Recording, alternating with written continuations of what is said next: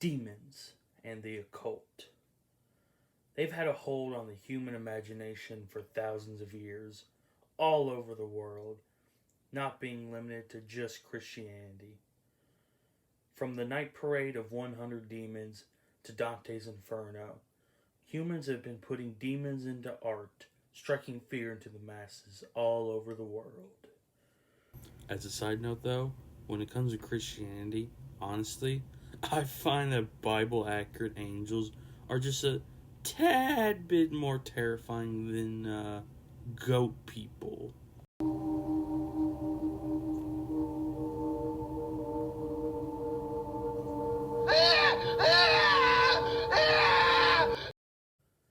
Recently, I myself have been doing a lot of research on demons for various reasons.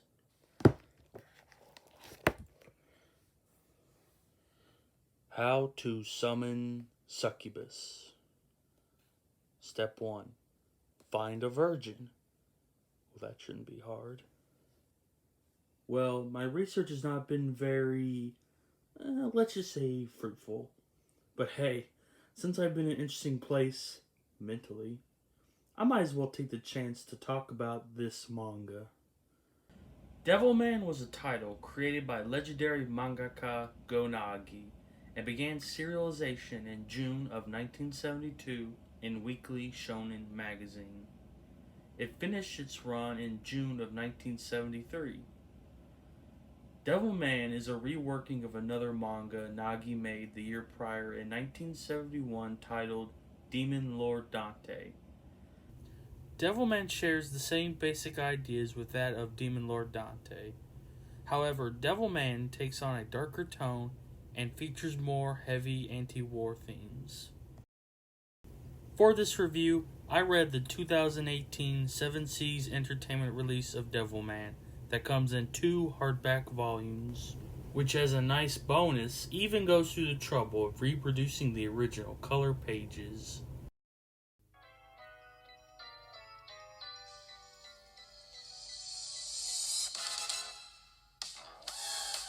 Goenagi is the pen name of Kiyoshi Nagi, born September 6, 1945 in Wajima, Japan. The majority of his career was marked with immense controversy and pushing the limits of what was acceptable to do in manga. Before this, however, he started in high school, sending in submissions to Weekly Shonen Sunday.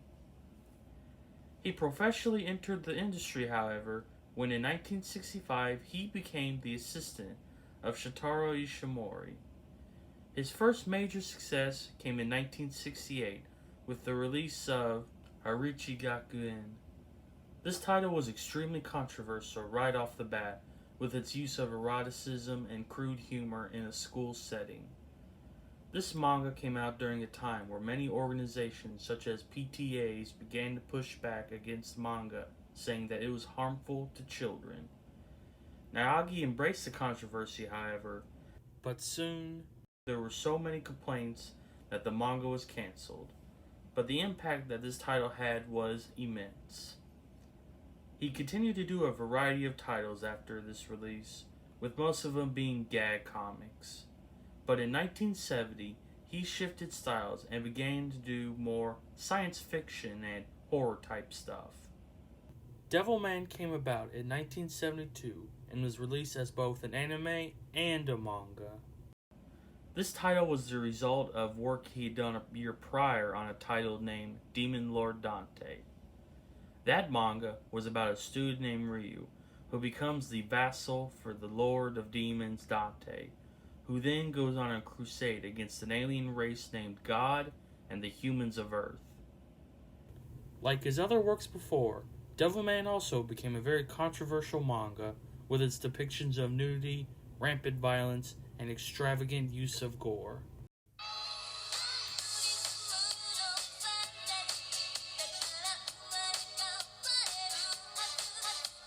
The story is about Akira Fudo, who starts out as a wimpy and shy high school student. But all this changes, however, after he runs into his longtime friend, Ryo Asaka, who asks for his help. You see, Ryo's father had discovered that before humanity, the earth was inhabited by awful demon creatures that were all frozen during the Ice Age. However, as of recent, demons began to emerge from the ice and attack humanity, and so it is here that Rio reveals that in order to stop them, he and Akira must merge with powerful demon warriors in order to fight back. Akira agrees to this, and the two take part in a Black Sabbath that takes the form of a psychedelic hippie rave. Then, all the people in the Sabbath begin to turn into demons, and Akira merges with the most powerful demon warrior of all, known as Amon. Merged with Amon, he becomes Devilman and saves Ryo from the rest of the demon horde that are attacking the party. As Devilman, he begins fighting other demons that come after him, his friends, and he even begins to travel in time in the middle of the story to stop demons with tampering with history. As Devilman, will Akira save the Earth, or is humanity doomed to fall under the more powerful demon hordes?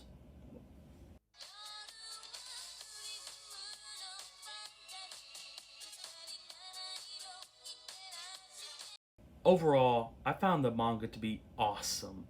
This title really does deliver when it comes to gore and shock value, though by today's standards, it's pretty tame. It does have its moments, however, that make me stop and think, how on earth did Nagi get away with this in 1972, and in a shonen manga no less? But a good manga requires more than just blood and guts being splattered all over the page. Starting with the art, I really liked it. The character designs were pretty good.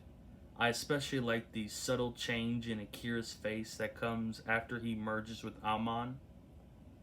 I also enjoyed the design of Devilman himself. He's like a part man, part goat, and it all just looks very demonic. Moving on to the designs of the demons themselves, they're one of the best parts of the manga. Their designs were very grotesque and demonic looking, which was perfect. I also want to mention the way that Nagi draws corrupted human characters. The mob scene in particular is sublime in conveying this. He draws these characters in a way that really distorts and twists the image of a human, that perfectly conveys the fact that they are no longer rational human beings.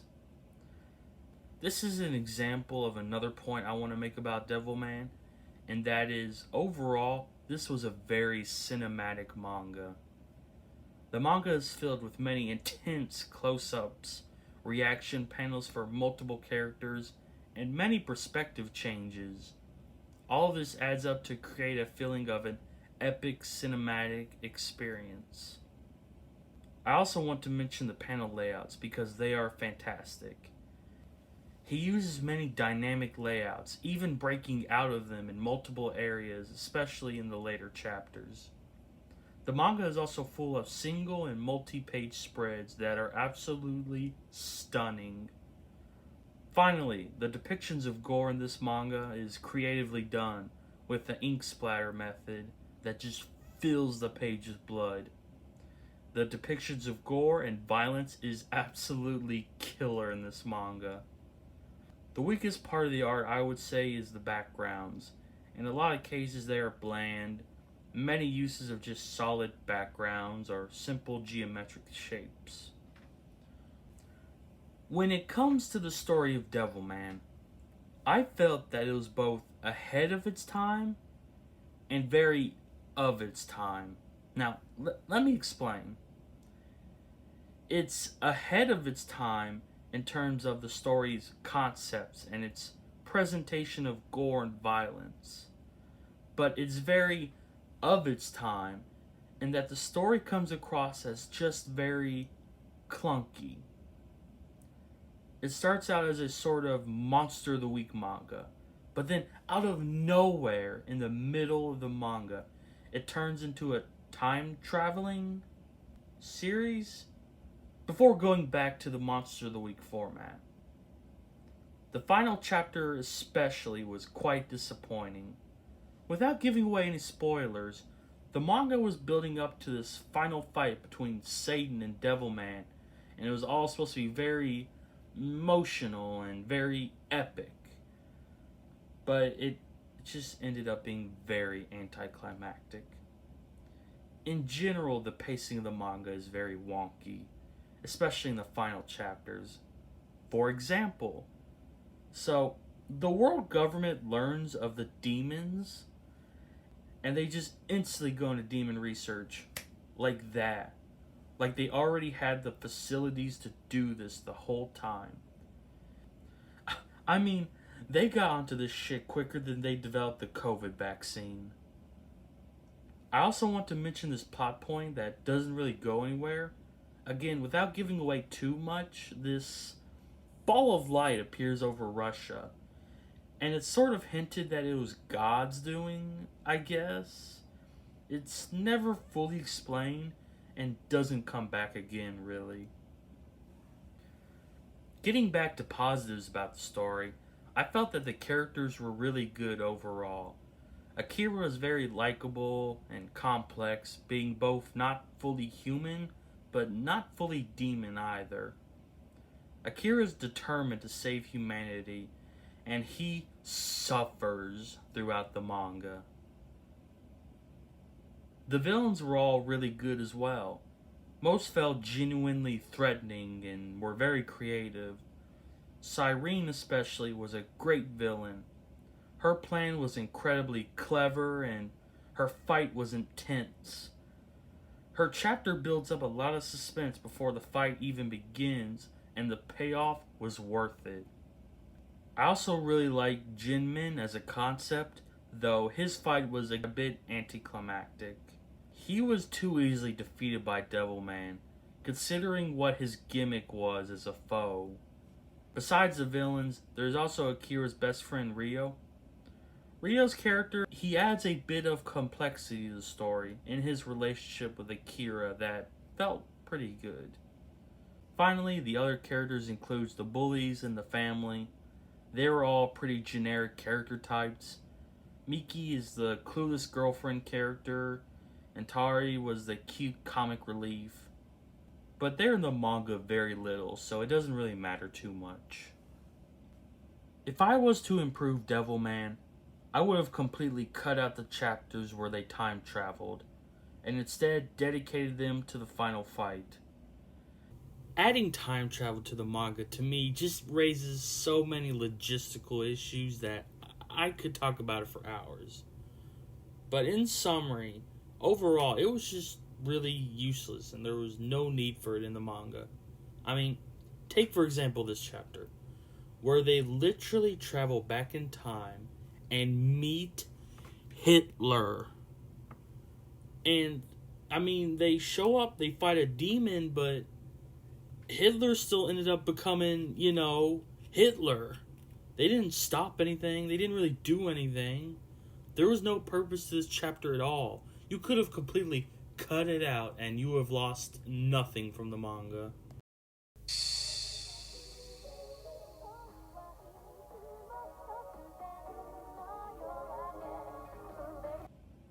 For its flaws, however, Devilman was a pretty enjoyable read, even with its clunky storytelling and such. I mean, it just gets so close to being an 8 with me, but for its problems, I'm going to have to knock it down a peg. I'm going to give Devilman a 7 out of 10. And there you have it, another review done. I hope you enjoyed this video, and I hope you agreed with what I had to say about Devilman. Out of the manga I reviewed so far, Devilman has probably been my favorite, and I hope that you'll at least give it a little try. Hope to see you next time on this channel then. Goodbye.